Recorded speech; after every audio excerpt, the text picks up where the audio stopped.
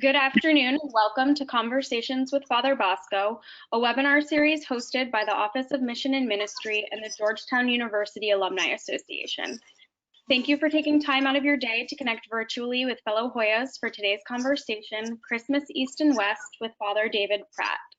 Our host, Father Mark Bosco, is Vice President for Mission and Ministry at Georgetown University and holds an appointment in the Department of English. A native of St. Louis, Missouri, Father Bosco joined Georgetown in 2017 after 14 years at Loyola University Chicago, where he was a tenured faculty member and served as director of the Hank Center for the Catholic Intellectual Heritage. As a scholar, Father Bosco has focused much of his work on the intersection of theology and art, specifically the British and American Catholic literary tradition. He has published on a number of authors, including the writers Greene and Flannery O'Connor, and is the co-director and co-producer of the new feature-length documentary on Flannery O'Connor. This award-winning film will have its television premiere on PBS American Masters in March. I'm Kelly Young, Associate Director of Strategic Engagement and Alumni Relations, and I'll be facilitating today's webinar. Before we get started, I'd like to share a few reminders. This conversation is being recorded, and the recording will be made available on our YouTube channel. Father Mark and Father David will answer audience questions towards the end of their discussion. Please send in your questions using the questions section of the GoToWebinar control panel. If you're having any technical difficulties or other issues, please also submit those concerns via the questions section of your control panel. Without further ado, I'm pleased to turn things over to Father Mark Bosco. Thank you very much, Kelly, and it's good to be back in our conversation series. Today we are so lucky to have with us Father David Pratt. David Pratt has been with us, is now in his full second year, finishing your second year, right? Third, that's right, because okay, you came the year after I did, that's right. Third year, and serves as our chaplain for the Orthodox Christian community here. We're both kind of new to Georgetown, but I feel like, especially you're one of the hidden treasures here, David. You've worked with the Orthodox Christian community, but you're also engaged in interfaith ministry, and you're also teaching a course each semester for either theology or the philosophy department. So maybe the first thing might be, tell me what brought you to Georgetown University, what you do for the Orthodox community, and then maybe you talk about some of your classes. Okay, well, first of all, thank you very much for allowing me to be a guest on your webinar. Thank you for the compliment of calling me a treasure, although a hidden treasure, but I think I'll answer to the hidden part, the treasure part. I'll have to decline that. What brought me to Georgetown very simply was this. After teaching about 13 years at another university, I had finished a career as a military chaplain, and then, well, fortunately, through some good offices, the United States Navy allowed me to become what they call a military ethicist. I served in that capacity a bit. It allowed me to go on for further studies, and then that led to an academic life, which I'd always wanted. However, after some years, I realized this is not really what I'm fully about. I need to get back to pastoral work. It came to me actually with a student. A student was visiting in the office, and we were really discussing life issues about one's future. My favorite conversation really is about your career and where you're going to go with your career, which is a vocation question. Right. And so I said spontaneous. I think we were having some tea because I had a good office with a good table, so I could have food. And it was in the Pacific Northwest, and I said, if we were just discussing only academic things, I don't know if I'd want to really be here. And when I said that, that alarm went off, and I realized, okay, I'm on track towards a change. I could feel that God was bringing about a change. Something was happening. And the pattern in my life is I hear the call early, but I answer late. So I guess I'm an Augustinian instead of a Jesuit, huh? So it took a while. It took several years because I had been promoted. I was on the tenure track. I had the thing coming. So one doesn't really want to leave that. You get comfortable. You get established. And I realized that no, I'm gonna have to do something dynamic.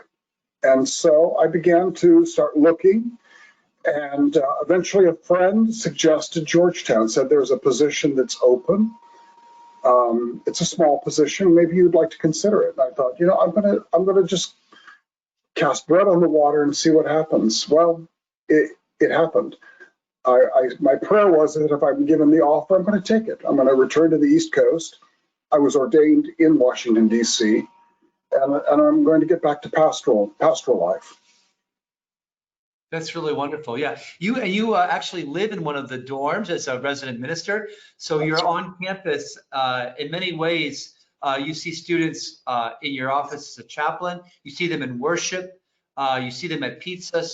Again, we're talking about a pre and post-COVID world of that regard, but you also see them in the dormitories, which is the residence halls. You're in Reynolds, is that right? Reynolds Hall? That's my post is Reynolds, which serves primarily sophomore students and some seniors. And I appreciate that mixture because I've had both at my table. For our viewers, those of us who are ministers of halls, we both serve in that capacity. Yes.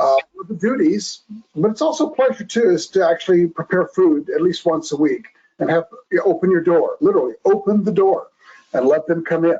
Send them a note saying this is what's on the table, and of course learning what they like too is very important. So they don't care too much for vegetables, and then sometimes they'll just stay until they stay late, and you have to really push them out because you got to get up the next day. But they'll stay and chat, and it feels like a family. Yeah. And that there's a family feeling that occurs in a dormitory, and that's unusual. That's a Georgetown hallmark to pull this off. It's expensive, it takes up space, and I'm hoping that it will always be said that was money well spent, and that was a value preserved to create a home atmosphere that has a spiritual resonance about it. Yeah, I've talked to so many alumni and a lot of parents who they're just really grateful for that spiritual presence, that kind of what we call soft presence, you might say, in the midst of students who, are having some stressful times or just need someone to talk to, or just to have some humorous, joking going on, a place to kind of land. So it's been really a delight to have that. You're right, it's unique to Georgetown. I've taught at 2 other schools myself, and we never had such a embedded sense of resident ministers. I want to ask you a little bit about your call to priesthood. I mean, you have a Ph.D. in philosophy, you are an ethicist, you work with the Navy, you've worked a lot with trauma and resiliency in that regard. First of all, what about your call to the priesthood? And maybe since we're talking about Christmas Eve in the West, what do you love most about the Orthodox Christian tradition that you're a part of? Well, that's a lot to ask, but maybe just vocation, a little bit about what you love about it, about your faith. Well, I would like, if I could, I'd like to quote a remark that was made about a late bishop that I remember. I was a young university student. I was attending at Cal in the San Francisco area, and periodically I would take the public transport, which is called BART. Yeah. It's almost identical to Washington D.C.'s transport. I think they may have shared the contract because when I traveled on it, I'm transported back to my 20s, and I would take this across from Rockbridge BART station on College Avenue in Berkeley, California, in Oakland, Berkeley, California. I'd go to San Francisco and then take the bus to a very significant church. It's the Holy Protection Cathedral out in the avenues. There was a bishop there at the time. His name was Anthony. And he exuded a piety in a natural way. He was older, definitely had come. He was part of one of the immigrations, the anti-Soviet immigration. So I think he fled through China. He had a hard life. He had an interesting life. So the man had depth. You could perceive it in him. He also had a kindness about him too. He would take younger children, and he would take his place at the front, off to the side. This would be an evening service, so Saturday night, a little bit more low key. He would teach them to chant. He would help them and get them to chant in the service and assist them. Someone spoke about him recently because we were sharing this experience, and they said about him, He really loved the services. And I thought, oh, that's it, yeah. He really loved the services. I serve in a church now that's still serving, although we're honoring, the prudential measures and protection, but we remained open. At one point, it was simply the clergy, the choir, and the video camera that we were broadcasting. Now we have a few more people. We've always kept the services, and recently I was there serving, and it dawned on me that I have the pleasure to actually be doing these services, and it struck me that I hope that somebody might say about me that David really loved the services. I don't think so. I'm not sure they're going to say that, but I would hope that they would say that I loved the services, and I loved not just the beauty of them, and because both of us, we share in a liturgical tradition. And I partake of a very liturgical tradition. It's hard to get more liturgical than what we're doing. It's overly elaborate, to be perfectly honest with you. Yeah. And it has beauty. And I don't want to just be serving beauty only, although there's a strong sentiment in the East that beauty saves. Yeah. From Dostoevsky's Idiot, which, if we can do some literature right now, I hope our webinar audience wouldn't mind if I come to your field. Sure. Those lines are spoken by a man who's perceived to be impaired, touched, as they say, or in Russian, they say no one's home. That's the expression that they use. We say maybe lost his marbles. Somebody who's just not all there, a real simpleton, but of noble extraction. So they really don't know what to do with him. And he makes the statement early on in the text that beauty will save the world. He raises beauty will save the world. And they guffaw. His audience guffaw. They mock him. They're like, you're such an idiot. Hence the title of the novel. Yeah. It's also in Dostoevsky's conclusion of Brothers Karamazov with this idea of beauty saving the world. It is in the liturgy of the Eastern churches. It's quite beautiful. It's quite complex. We share the sacramental signs together in that regard. But there's something very beautiful. I wanted to talk a little bit about the fact that you came at a time when we have renovated the Copley Crypt Chapel with so many alumni's help over these last couple of years. So we now have a beautiful place to do the Vespers and the Divine Liturgy and the crypt. And I wanted to show the icons. So I'm going to ask Kelly if she might put these up on the webinar. Here's some of the icons. One of our board of directors was so generous in really paying for these for us to get these done. Can you make it a little larger? I don't know. Does that fit? I guess that fits okay. This is the first one. This is actually an icon, obviously, of St. Michael at the top there of the screen. Actually, could you? Yeah. Oh, there we go. Thanks, Kelly. And this was. These are just quite beautiful. There you go. That's great. These are just quite beautiful. I wanted the folks, the alumni, to see some of these icons that now are in the Copley Crypt. Can you go to the next one? Okay, so this is one piece of the iconostasis, Father David. And can you just a little bit about what we have there? Yes, indeed. And this actually leads us to the Advent theme, since this is an Advent podcast webinar. Yeah. What you saw a moment ago was St. Michael in a medallion featured over this niche construction. The icon panels have been designed to fit into an existing Gothic style niche, 3-point niche. And the beauty of this situation is, well, first of all, they come from the generosity of a donor, or a set of donors, I should say.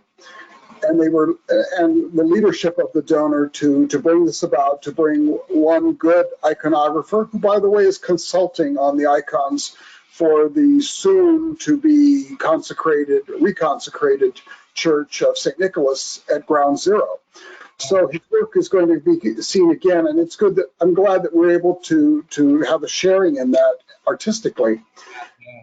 Although an iconographer doesn't really want to have his or her work called art as such, these are really sacred objects. Nonetheless, you have to have the talent, and he has the talent. Here you have, as the camera looks and sees, you have Jesus Christ.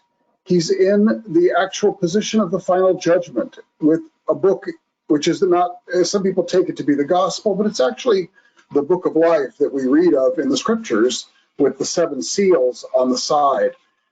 And often he holds it closed. Sometimes it's shown open.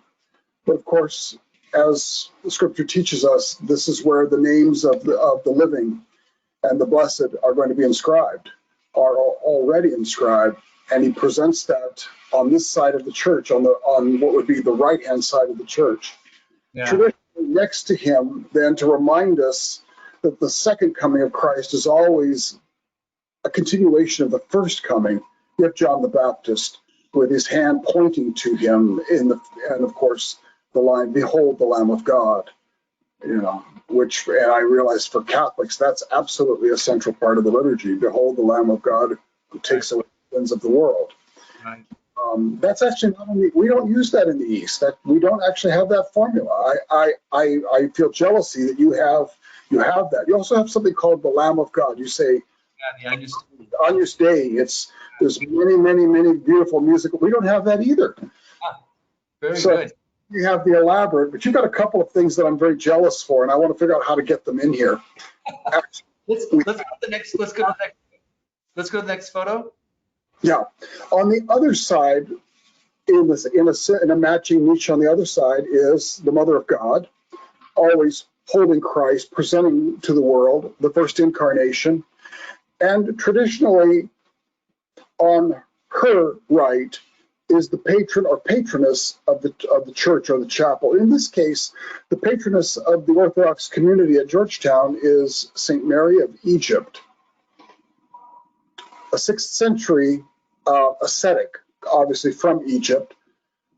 It's an interesting story. It's a classic story of living a dissolute life and then having a massive conversion experience in Jerusalem before the cross, the actual complete intact relic of the cross when it still was there, and then retiring to a life of penance and prayer in the desert, and then being discovered as such. And that's how we know her, because she actually was discovered, and then she, fell asleep in the Lord, died in the Lord, and that we know her then really at the summit of her life. And so it was a decision to make her the patroness of this community. That was done long before my tenure. And there she is, as you can see in this photo. Yeah. And what's really nice, Father David, is just to tell our audience, these then can be moved away from the wall and become an iconostasis for the divine liturgy. So they really are liturgical pieces for that, and we can put them back and forth, which is great. I want to go to one my favorite, the last photo. This is one of my favorite pieces of Christian art, where you have the 2 brothers, St. Peter and St. Andrew, the 2 brothers who represent the Christian East and the Christian West in an embrace, these 2 brothers. And I've been really taken with this, the more and more that Pope Francis has shared his own collaboration, his own friendship with the Orthodox Church, what he calls a walking ecumenism. So how do you experience this desire for the churches to grow closer? What do you think is the most difficult part of the journey right now? What's the thing that kind of is usually the stumbling block, you might say, to East and Western Christianity? Well, sadly, we both serve. Well, we are both exponents of a once undivided church. That's a fact. And we receive this faith through the apostles, which means we receive it through bishops. We receive it in a hierarchical way. Yeah. We both enjoy an ordination, which had to come from a bishop. And so sadly, the answer is the stumbling block is actually the bishops. This is where the problem is that it's not so much, I think, the people at this point. It really is that the hierarchy is going to have to grow to be able to see itself together again. Yeah. And hierarchies are tricky. Well, they're quite frankly pretty tricky because they have to, one of their main roles is to preserve and protect, preserve. And sometimes preservation can dip over into ossification, and I'm afraid this long-lasting schism has become a piece of ossified church history, and we drag it around with us. And I'm very happy that our little Georgetown Chapel, which is a Jesuit crypt chapel, which has had the function, I believe, is where Jesuits of Georgetown were buried from. And it features stained glass of the North American martyrs. Those are saints that I happen to find very interesting for their witness and their sacrifice. If I could add, you were describing how the two panels in the chapel are in this position, and there is a central altar. I'd like to call that really the Catholic position. The altars serve a Catholic purpose in this way, and then when we use it, we bring them out forward, and they form a temporary iconostasis in front of the altar. And at that moment, this icon in the back is actually facing them. So if our viewers can imagine, the one that you're seeing on your screen is in the back of the church. Yeah. You would greet this upon coming in, and you'd realize that the hope and the anxiousness for unity is where you start, and then hopefully as you move to the front, to the sacraments, to the consecration of bread and wine for the life of the world. That's a phrase from our liturgy. I don't believe that one's in the Catholic liturgy. For the life of the world, that you would be able to realize this, and it happens symbolically in a very unlikely place at a Catholic university, Jesuit university, in the capital of the world. And here it's just happening in this little place, but at least it's happening. Yeah, I had to say, I love how you talk about the fact that this chapel is really the place where our Georgetown Hoyas, this is where the Catholic and the Orthodox community prays, not always together, but they share this space. And I love this icon. It was a gift from the iconographer and from our donor. And I love the fact that you had the two ways of crucifixion, the two ways that they were birthed into new life. You have St. Peter, the upside down cross above his head, and you have the cross of Andrew, the X, his crucifixion by that. And it's such a beautiful piece, and it's large. So all those who are listening to us today, make sure when we see the light at the end of the tunnel, you take a look at the Copley Crypt. It's a great place of prayer, and now really a beautiful place. The renovation, the floor, the lighting, it's really made it into a place where you really want to stay and you really want to worship. And it's got air conditioning and heating now, which makes it really good. But let's move, David, maybe to this. We were talking about Christmas East and West, and I was wondering about what you think about this Advent. In the Roman Church, we use the season of Advent 4 weeks, right, as a kind of expectation, preparation for Christmas. And I think the Orthodox, you guys are probably more aware of your differences than we are of yours, because we're in many ways a majority in this country. But maybe what are some of those differences about Advent or things like that? Can you talk a little bit about that? Yes, thank you. And when do you celebrate Christmas? I appreciate this question, because it brings up a healthy difference. I don't believe that the term Advent actually has any roots in the East. I don't think the concept is there. And the organization of the 4 Sundays before Christmas Day, they're not on the same pattern. The readings are not the same, and the ideas are not exactly the same. The actual movement towards Christmas is actually in the East. If you will, it's actually placed under a different concept. Not the concept of waiting for the coming of Christ, although that's there. The dominant concept is actually the fasting to prepare for the Nativity. In fact, Advent is typically on calendars referred to as the Nativity fast. It's actually designed to be a kind of wintertime Lent, a winter, and Nativity is supposed to be a type of winter Pascha, a winter Easter. So 40 days, a kind of 40 days of preparation for Christmas. The aim is to make a replication of Easter, the resurrection, and to link the resurrection and the incarnation on equal footing. I like that very much. Yeah. I was going to show the audience, if I could, a calendar, just to emphasize this fact. Let me see if we can get some good light on this here. because the fasting protocols, well, they're rather fierce. We become vegans when the calendar turns red. And so the calendar turns red, but it actually starts with this idea of nativity fast. And you get a few days when fish can occur. Right. And the idea is to be in a state of waiting, as in Advent, but really I think in a state of hunger, actually, that you would be made poor, that you would be becoming closer to shepherds and beasts, and without luxuries. Yeah. Really, that Christ does not come to us in a palace, but he comes in a cave and then is laid in a manger. Yeah, right. And to that point, you guys, the Orthodox Church still uses the older Julian calendar. So your Christmas feast is about January 6th, 7th, usually those days, like would be our Epiphany probably. Yes, some jurisdictions use the Gregorian contemporary calendar, and some use the Julian. There are two different versions at work right now. And yes, January 7th, the day after Catholic Epiphany, is the Julian Christmas Day. Well, do the Orthodox, because we have what we call, obviously the 12 days of Christmas, so we can keep on gifts to. I hope that the Orthodox community starts with Roman Rite Christmas and partying all the way through, Eastern Rite Christmas, right? People who use the Julian calendar are very smart on this. They realize you can't stop the 25th of December. That's just going to happen.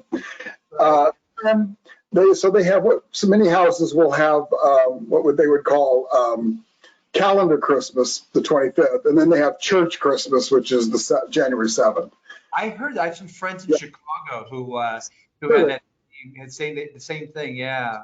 And then they give a few gifts on one day, and then save the bulk of the gifts for the 7th, because then you get the sales. You go and do all the buy the chocolate and buy all the things on sale.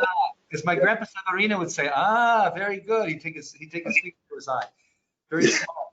One of the things I've been really interested in is, in a meeting, Pope Francis said over a year ago that he understands the different calendars, but he says he's almost willing to push the Western Church, the Catholic Church, to move to whatever calendar would make our Easters together. And I thought that was just a great act of generosity. Hopefully we could have at least one of those two major feast days of our faith. Yeah. That's an interesting fact. Even though both calendars are used in the Orthodox Church, the day of Easter is a separate calculation from these calendars, and we are using a different calculation, actually, slightly different than the Roman calculation. And there's only one Orthodox Church that uses the Latin calculation. I believe it's the Church of Finland, because it's the law. It would be wonderful if we could have a common celebrated Easter. It's amazing in church history for our listeners. Right. Easter controversies, there have been many of them about this date and how to reckon and to celebrate Easter properly. Well, for one thing, having Christians on two different Easter calculations is a bad icon. That's not a good icon for the world today. It would be a blessed thing if we could all be together on that. And so, I applaud Pope Francis's willingness to do this. I believe his predecessors were also expressing some openness in this regard as well. Yeah, I think it's due to lunar versus solar kinds of calculations, right? For Easter. I know we're supposed to be talking about Christmas and Advent, but that's true. But we've established that Christmas is the winter Pascha. Yeah. It's actually the calculation is the first Sunday after the first full moon after the rising of the vernal equinox. Wow. But there is an old canon about how that is reckoned in regards to the Jewish Passover calculation, because there is a separate calculation there. That's the difference. It's that canon of the reckoning canon that is actually at work here, not the actual calendars. as I understand it, but I don't profess to have any real control and knowledge, no control and very little knowledge about calendar and rubrics and such things. Right. That's why they're not going to say, oh, he really loved the services. They're going to say more likely, oh, you could barely perform them. No, I've seen you in worship. You do a wonderful job. You're very complimentary, but you know. There are traditions though of preparation. So Advent for us, really, it's the lighting of these candles, and in the Roman Western Rite, it's all about the light coming into our lives, right? The light at the is coming into the darkness, and so from 1 to 2 to 3 to 4, which kind of matches and echoes the Easter candle, right? At our Holy Saturday services. At Easter time. And so that's one of the ways that we kind of walk and journey through it. And of course, we have the Advent calendar where we kind of have a different reading that is part of that journey, as you say. It seems to me what you're suggesting then that your preparation is a kind of ascetical kind of a fasting is really the central piece. Are there certain kinds of celebrations, liturgical celebrations that lead up to Christmas? There are some church feasts that move you towards the idea of God coming amongst us. On the Julian calendar, actually this evening is the beginning of a feast. This is a unique feast in the East. I don't believe it's represented in the West. It's called the entrance of the Theotokos, the Mother of God, into the temple. It's a celebration of the presentation of the Mother of Mary in the temple. It's a duplication of Christ's presentation in the temple, which is after Christmas. This comes at this month, or on the newer calendar, it would have been on the 21st of November. So it's tonight on the Julian reckoning. And this is an actually completely apocryphal feast day. It is not represented in Scripture. It comes from apocryphal texts about the Virgin Mary. And this is one of those preparations that before the incarnation can occur, the temple has to already be presented in the old temple, as it were. The future temple of the incarnation would be presented in the old temple before God. Yeah. And this apocryphal sense of the types, that the type of the old and the new, the Adam, the old Adam and the new Adam, as St. Paul gives us, and the new Eve and the old Eve, and it would all come together. And that in the Mother of God is that you have the apex of Jewish holiness.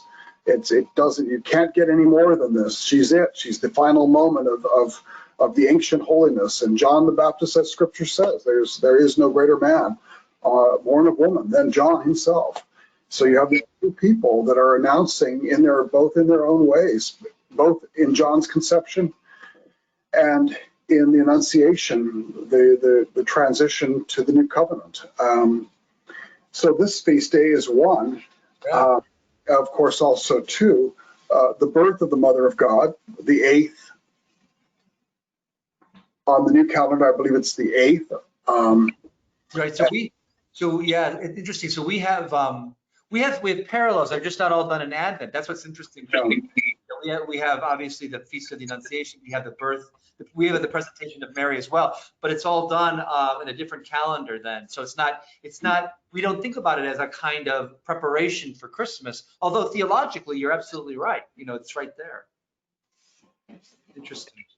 Yeah, I think for us, if I could put it into a word, the focus is fasting, but it's also a focus on, if you will, natality.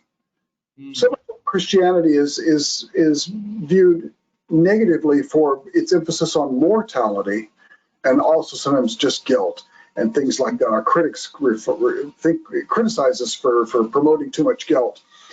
But we also have a strong, loving respect for natality, for birth, for life, and the joys and the hardships that come, with that. Yeah, I never heard that before, but I love the way that natality, using that phraseology or that phrase for really something that both East and West share so deeply. I have to confess, I'm stealing it from a late British feminist by the name of Grace Jansons.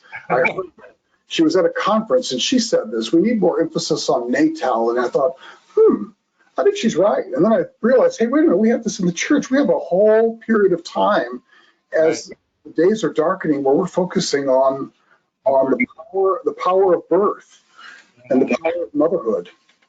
Well, that's a good segue, going to conferences and stuff. You are a professor. You've been lecturing with the kids, and I guess the first time I remember a student coming in saying he really enjoyed talking to you at our chaplain teas because he was kind of a philosophical kid, and you kind of met him at all his philosophical questions. But then you've been teaching really for both philosophy and theology. What are you teaching? Are you teaching a problem of God class right now? What's it about? What's this? It's my first time to offer this course. It's my first time to offer anything in the theology department, so it could be my last. So it's a course that I always thought it would be. I would like to do this, and so I thought I'd get to do it. Well, I'm going to do something that I think is going to work. I thought spiritual biography. I want to take spiritual biography, and I decided I want to do Augustine. I want to do a big chunk of Augustine's Confessions, and I want to give it my heart and my soul. And I want to throw myself into this and see if I can get some 18 and 19 and 20-year-olds to like it as well. I'm glad I made the choice. To my surprise, these young freshmen, they're good readers. They write well and they read well. Their academic skills are really wonderful. It's such a pleasure to see them at work. They took to it. They got the idea that this guy struggles. They got the idea that he's got life problems. He has problems with sex also too.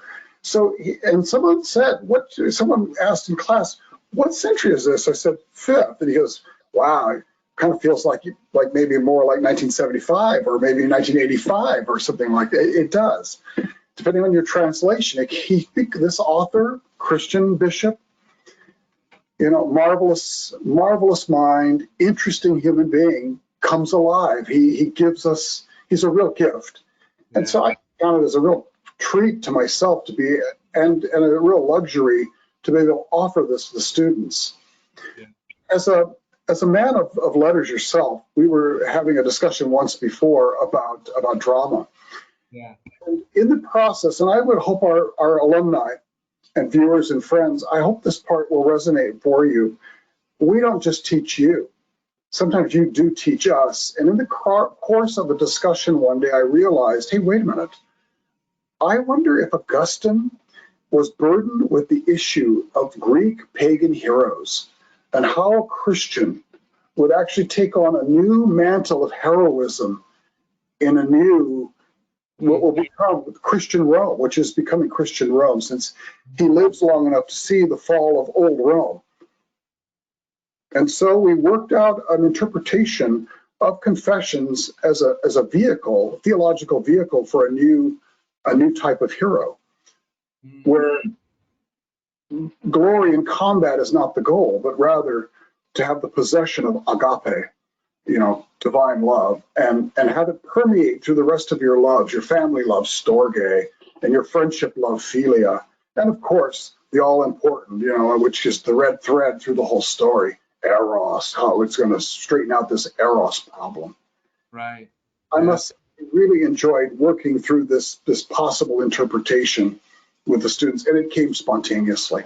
Wow, isn't that great? I have to say, Georgetown students, I like to use the word wicked smart. They're not wicked, of course, but there's something about their smarts that are like, it kind of takes you aback sometimes. I'm teaching a course right now, and they read everything I gave them, and everything I keep on giving, they absorb. And I think even during this time of COVID, perhaps it's even a bigger hunger just to kind of get into something rich and deep in the midst of all this. Yeah. The other course you teach is for philosophy, right? Is that the just war theory? Is that right? I do. Because of my military background and training, I was invited to take over a course that was actually held by one of your own confreres, Father John Langan. Oh, right. And I used to quote John Langan. When I was writing and working in this field, he was actually somebody that I quoted. And so the opportunity to actually take something that he used to offer to me was really a great honor. It's a completely different discussion than what we just had on Augustine. This is really the nuts and bolts of justification theory and the problem of moral justifications, and actually the problem of moral psychology that comes to bear when you're making group and individual decisions, especially where human life, suffering, and also the relief of suffering is at hand. So it's a course that is frequently taken by our students in the School of Foreign Service. And it has a double heading, so they get actually double credit for this. It serves two purposes. So it's a popular class in terms of grabbing credit. But it is a necessary course that our students leave, who, especially if they're going to go into development agencies, diplomacy, that they would have this grounding in what is one of the strong and really good elements of Catholic social teaching, which is the management of violence, applying rational tradition to the management of violence. Right. Now, I cannot claim to do a good job of this. I cannot say I can even get close to John Langan's shoes, but it is on the schedule. God have mercy on me. I also teach also moral psychology, which I hope I have a little bit better facility to do that better. Yeah. So I think some of our viewers should know that. So you're working as a chaplain, you're living on campus, and you're teaching, and so you're just that's why that's the hidden part of the gem. Everyone sees you as chaplain, but the hidden part of it is that you are so involved and so engaged with our students in that regard too. Before we go into questions, David, we are celebrating Christmas just a week apart from each other, and this, of course, that wonderful "O come, Emmanuel," that word, God with us. The incarnatus, the God made flesh. This doctrine of that God is embodied in our lives, in our very flesh, is at the key of both, the center of both of our traditions, right? This is where it's just, I can go into an Orthodox church and understand the iconography of the body, the way that I think an Orthodox person could go into a church and see the iconography of statues and the corpus on the cross, right? We understand that the body is sacred. Broken bodies, unborn bodies, old bodies, sick bodies, the joyful body, right? So we're in a moment here at the end of 2020. I'm ready to put 2020 on the shelf. I'm telling you, I was thinking about this, like St. John the Baptist, you were saying, he cries out in the wilderness. And I feel like we've kind of been in a wilderness of pandemic and so many other things. So I guess if you putting on your pastoral hat here, if you were to have any words of comfort or just advice as we do try to put this difficult year of 2020 to bed, what would you like alumni and anybody else listening to know? What would be your words of wisdom just as we kind of end this year and move towards hopefully a world with a little more light in it in 2021? That's a difficult question, but what an opportunity. Could I? I'm going to just have to go for one word, and it's a word that comes up in Jesuit circles a lot, but it's also a word that comes up in Slavic Christianity a great deal. It's gratitude. I want to express gratitude to you for appointing me and allowing me to be the chaplain who takes care of our veterans on campus. And that's a community that I'm privileged to serve them because I am one. But also, you mentioned bodies, broken bodies. Well, veterans sometimes have broken bodies and broken psyches, and they are willing to present their body on the line in the defense of their country, and hopefully for righteous causes. All of that, I have to say, really comes back to and has to find its home in a state of gratitude. If I may share with our audience, your audience actually, in Russian, the word for gratitude is blagodarnost. It even has the word in it, blag, which is to bless. That blagoslovi is the blessing of God calling down. You're calling down a blessing when you invoke gratitude. One thing that's so beautiful about gratitude, it's concrete. You cannot get too high in the sky and too lofty with it.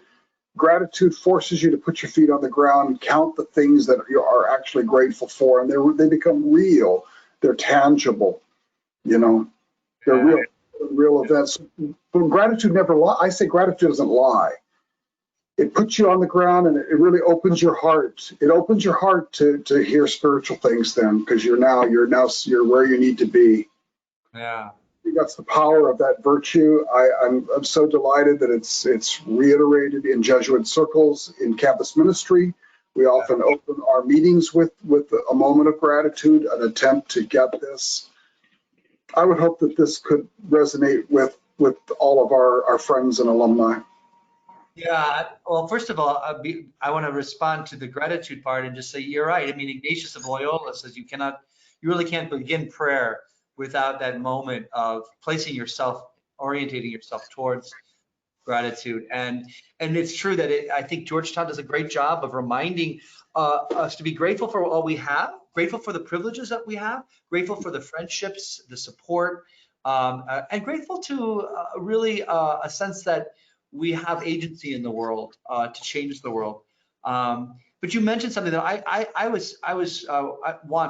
should have mentioned myself, that you have done a great job. Another hidden gem, a part of your experience here is working with our veterans, and that's been a real significant thing. We've been trying to push, as you know, into more working with veterans in campus ministry, in mission and ministry.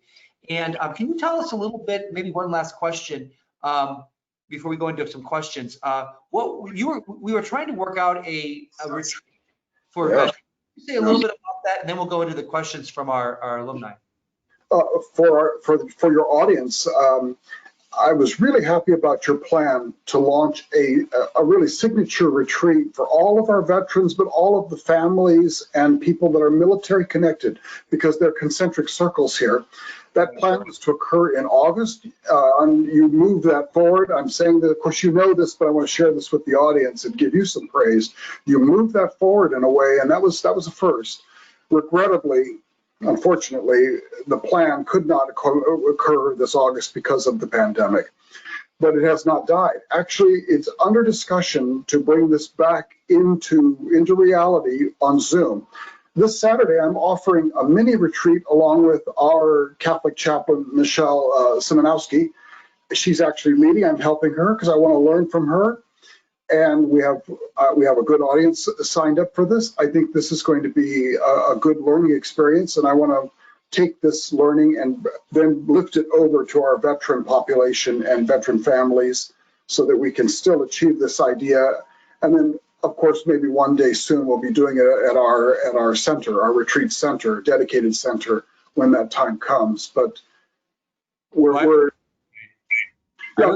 caused us to look somewhat dormant, but we are at work. We may have had our modalities cut back, but we have not stopped actually planning and reaching out. Yeah, thank you, and thank you for that. I really appreciate it. And like I said, having that background and that lived experience will make an opportunity for our veterans even more special. There's a few questions here. We've got just a little bit of time left on the site here. So the first one is actually more just about the Copley Crypt. Where is it? In the sub-basement. I was in the basement in the Copley Lounge when I was there in the 60s. So what it is, the Copley Crypt is right under St. William's Chapel, so it's just above and below right there, and it kind of juts out, and that's where the chapel has been, and it really has. It didn't have a lot of work done on it for a while. So after there was an earthquake actually in DC, I forgot 2008 or 9 or something like that, but it did cause a lot of damage in the foundation of that church. So it was quite an undertaking, and I can only show my own gratitude to all of the alumni and families and parents who helped to really pay for that restoration of that space. And it's just so lovely. Our Catholic students use that space for a 10 p.m. Mass and the Orthodox use that for their Vespers, and we're hoping once in a while now that as we continually grow our Orthodox community here, one of the divine liturgies as well. So that's that question. I could answer that one. This next one's for Father David. What translation of Augustine's Confessions do you use in your Problem of God class? I've never read it in full, and your description has delighted me. In the class, and this was a student, a very good young man, just got busy and found all of the texts that we're using. He found them all available online. I chose very accessible and easy text. Quite frankly, if I may tell you, I chose all the texts that I read as a freshman. I wanted to go back to do it all again. So I read we've read Mircea Eliade on symbols and signs, and Mary Douglas on natural symbols, and then the Confessions. So I picked things that brought me back to a beautiful experience, because I wanted to be 18 again, since I'm surrounded by 19 and 18-year-olds. As to translations, there are many, many translations. Many of the students are using the Penguin edition, and they're finding that one to be accessible. My personal translation is simply one that I just inherited for free, and it has the these and the thous. It's a little bit more of a slug to read it, but it gives you that feeling when Augustine's praying, and he does a lot of praying. He prays and thinks. So when he's citing Psalms and he cites, it's clear he knows the Bible by heart. He's got it all down because he can just cite fluidly. The text will switch to a thee and thou, to a King James idiom, so you can see what he's doing. I can't really recommend one over the other, except for the pen. I would go with the Penguin. Penguin's good. I think Peter Brown also. Oh, of course. Oh, yes. Beautiful, beautiful translation. Probably for me the most lyrical, readable.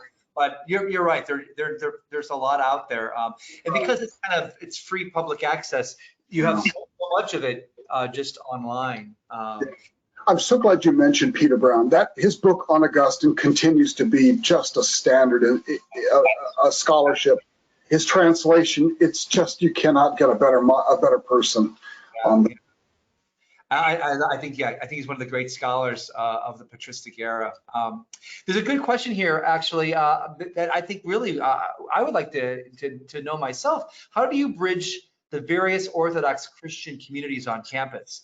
Some keep different calendars, some have different traditions. How do you keep them together? Because it is true. I mean, you are dealing with Russian, Greek, Armenian.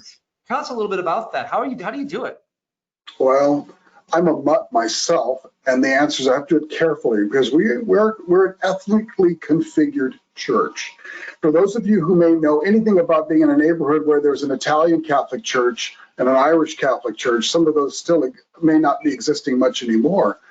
But if anyone remembers such things as that, you have to tread carefully about these ethnic sensibilities.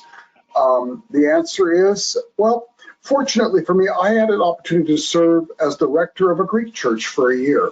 So I worked on my Greek. I got myself to where I could do, pretty much the services in Greek. I could do the funeral completely in Greek, so that one I had under control. I worked at it, trying to be sensibly open.